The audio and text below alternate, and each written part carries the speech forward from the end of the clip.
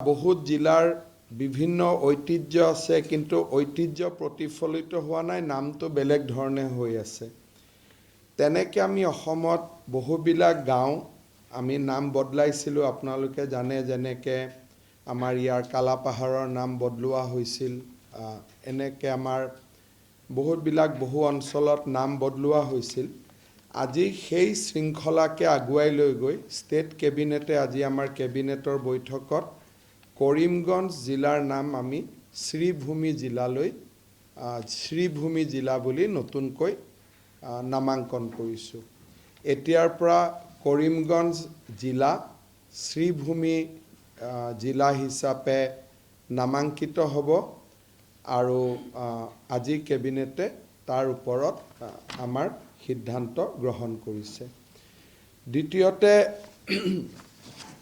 কেবিনেটত আজি আমাৰ পঞ্চায়ত নিৰ্বাচন লৈ খুব বিতংকৈ আলোচনা হয় আৰু পঞ্চায়ত নিৰ্বাচনৰ ভোটাৰ তালিকা 30 ডিচেম্বৰৰ আগতে প্ৰকাশ কৰাৰ বাবে কেবিনেটত সিদ্ধান্ত গ্ৰহণ কৰা হয় আৰু 30 ডিচেম্বৰত যদি ভোটাৰ তালিকা প্ৰকাশ পায় তেনেহ'লে আমি 10 ফেব্ৰুৱাৰীৰ আগতে নিৰ্বাচন সমাপ্ত কৰিব পাৰিম। নিৰ্বাচনৰ চিডিউল 30 ডিচেম্বৰত ভোটাৰ তালিকা প্ৰকাশ কৰা হ'ব আৰু জানুৱাৰী মাহৰ প্ৰথম সপ্তাহতে নিৰ্বাচন ঘোষণা কৰা হ'ব। নিৰ্বাচন 2টা পৰ্যায়ত অনুষ্ঠিত কৰা হ'ব। আমাৰ লক্ষ্য থাকিব যাতে 10 ফেব্ৰুৱাৰীৰ আগতে গোটেই নিৰ্বাচনৰ প্ৰক্ৰিয়াটো শেষ হৈ যায়।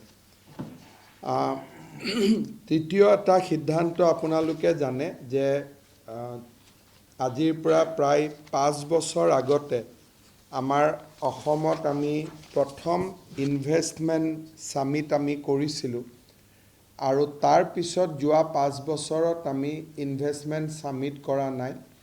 আমি অহা 24 ফেব্ৰুৱাৰী তাৰিখে প্ৰধানমন্ত্ৰী নৰেন্দ্ৰ মোদী ডাঙৰীয়াৰ উপস্থিতিত Assam investment and infrastructure summit, অৰ্থাৎ ইয়াত ইনভেষ্টমেণ্টৰ ওপৰতো গুৰুত্ব দিয়া হ'ব আৰু নতুন ইনফ্ৰাষ্ট্ৰাকচাৰ বনোৱাৰ ওপৰতো গুৰুত্ব দিয়া হ'ব। Assam investment and infrastructure summit যিখন দ্বিতীয় হ'ব। প্ৰথমখন অকল ইনভেষ্টমেণ্টৰ ওপৰত গুৰুত্ব আছিলে। আমাৰ দ্বিতীয় যিখন ছামিট হ'ব সি ইনভেষ্টমেণ্টো থাকিব, ইনফ্ৰাষ্ট্ৰাকচাৰো থাকিব।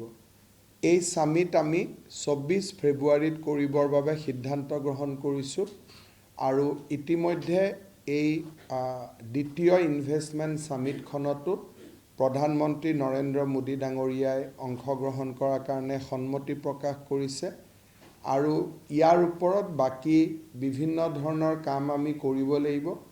ভাৰতৰ বা বিদেশৰ বিভিন্ন জেগাত ৰোড শ্ব' আদি হ'ব। আমি বিদেশৰ কম্পনেণ্টটো খুব কম ৰাখিব খুজিছোঁ। যোৱাবাৰ আমি বিদেশত বহুতকেইটা জেগাত গৈছিলোঁ, কিন্তু এইবাৰ আমি বিদেশৰ কম্পনেণ্টটো কম ৰাখি দেশৰ মূল চহৰবিলাকত আমি যিটো ৰোড শ্ব' আদি কৰিম আৰু 24 ফেব্ৰুৱাৰী তাৰিখে আমাৰ মেইন ছামিটখন হ'ব।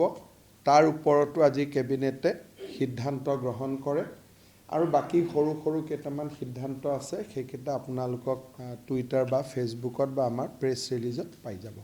কিবা যদি আপোনালোকে সেইটোৱে কথাটো ক'লোঁ যে যিবিলাক নামে ইতিহাসক ৰিপ্ৰেজেণ্ট নকৰে তেনেকুৱা নামবিলাক আমি লাহে লাহে পৰিৱৰ্তন কৰি গৈ আছোঁ। যেনেকৈ কালাপাহাৰ নামটো কিয় পৰিৱৰ্তন কৰিবলগীয়া হ'ল বুলি তাৰ কোনো কাৰণ নাই।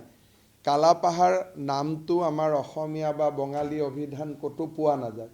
তেনেকৈ কৰিমগঞ্জ বুলি ক'লে এই শব্দটো অসমীয়া অভিধানতো নাপাব, বঙালী আমাৰ অভিধানতো নাপাব।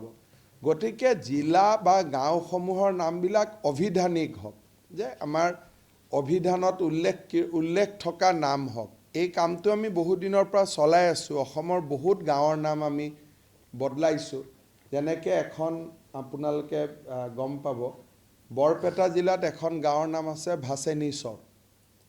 এতিয়া সেই নামটোতো কোনো ঐতিহাসিক বা অভিধানিক গুৰুত্ব নাই গতিকে কৰিমগঞ্জ যিহেতু অসমীয়া বা বঙালী দুইটা অভিধানতে উল্লেখ থকা শব্দ নহয় তাৰ কোনো ৰিজন নাই যদি আপুনি সোধে কৰিমগঞ্জ নামৰ অৰ্থ কি তাৰতো কোনো অৰ্থ নাই